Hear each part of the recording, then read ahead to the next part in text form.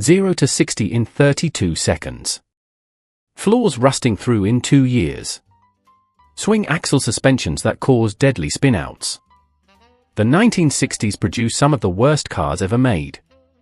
Today, we're breaking down 8 catastrophic failures that destroyed companies and sparked federal safety investigations.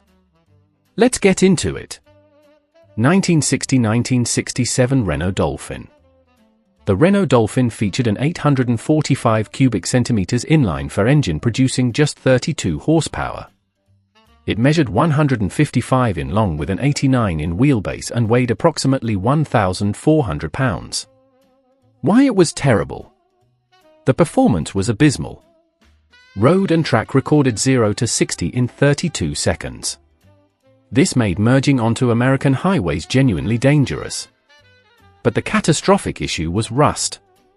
The Dauphine used extremely thin 22 to 23 gauge steel that corroded through completely in just 2 years.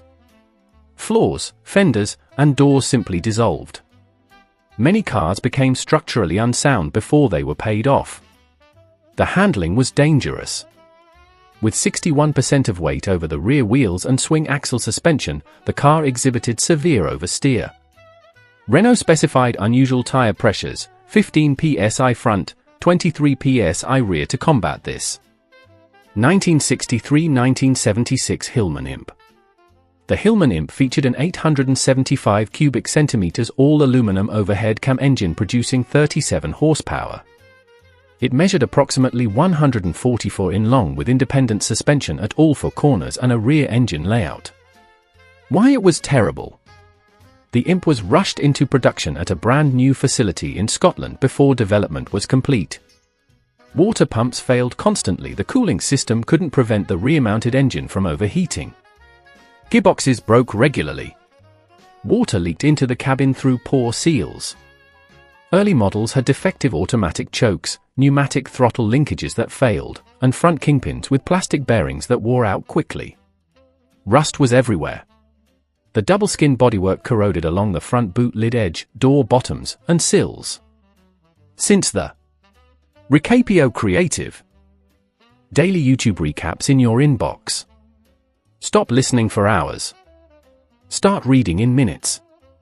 Every morning at 8 a.m., our AI-powered digest lands in your inbox with all key insights from your favorite YouTube channels. Start your daily recaps. Sponsored. Separate chassis had no outriggers, rusted sills meant structural failure. The sales numbers tell the story.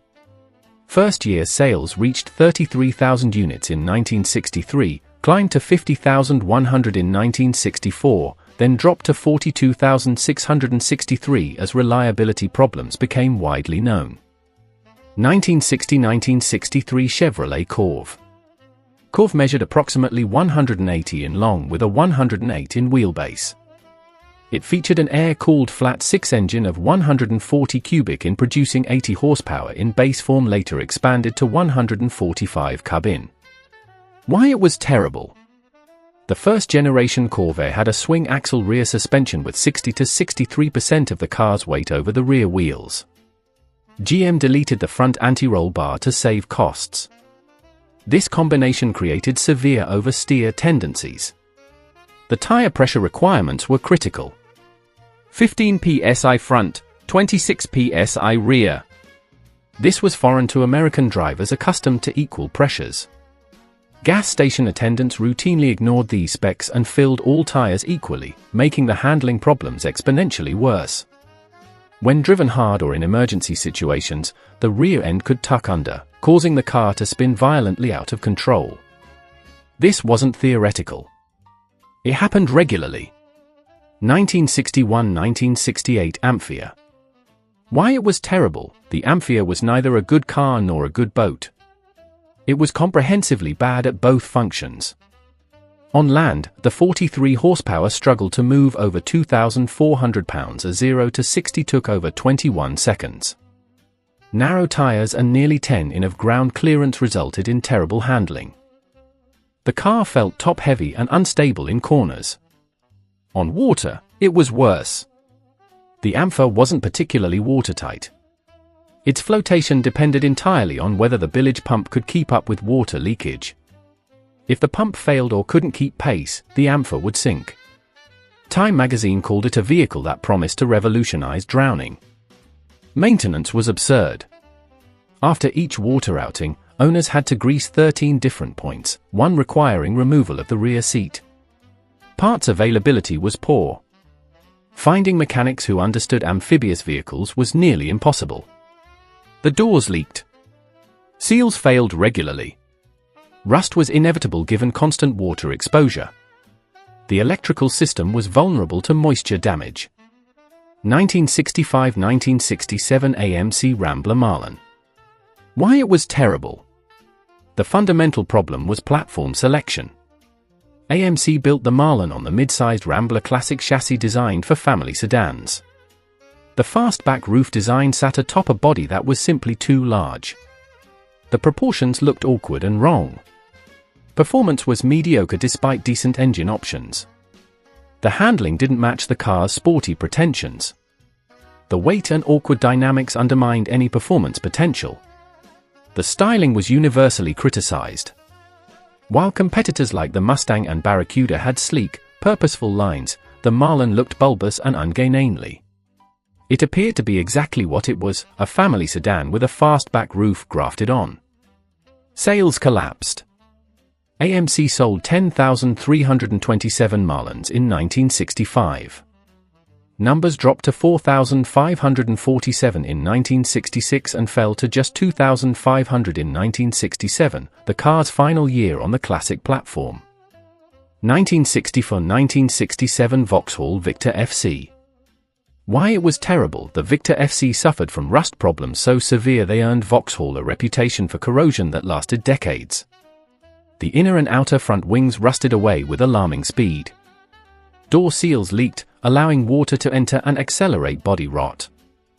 The sills and rear wheel arches dissolved into rust within just a few years. The wraparound windscreen design created water traps that contributed to pillar corrosion. Build quality was poor. The gearbox produced a notorious whine in all gears that worsened with age. The 3-speed column change transmission felt vague and imprecise. Performance was mediocre with 0 to 60 taking over 20 seconds. Fuel consumption of 23.1 miles per gallon placed it at the bottom of its class.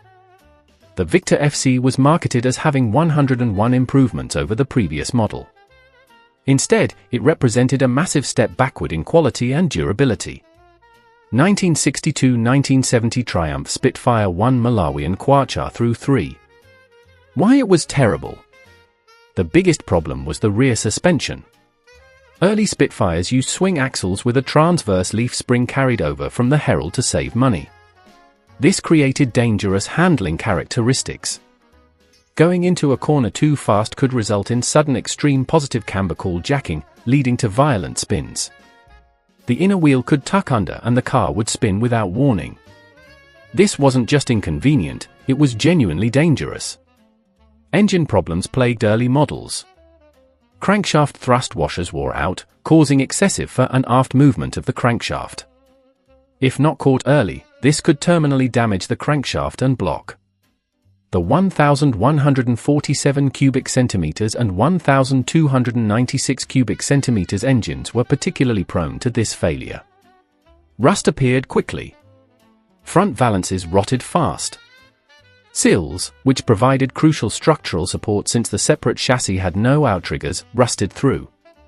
Front trunnions could seize and snap the kingpin if not regularly lubricated. 1960 Ford Falcon.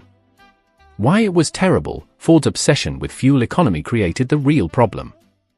They specified a 3.10 rear axle ratio that maximized highway fuel consumption, but made the car nearly impossible to drive in real-world conditions.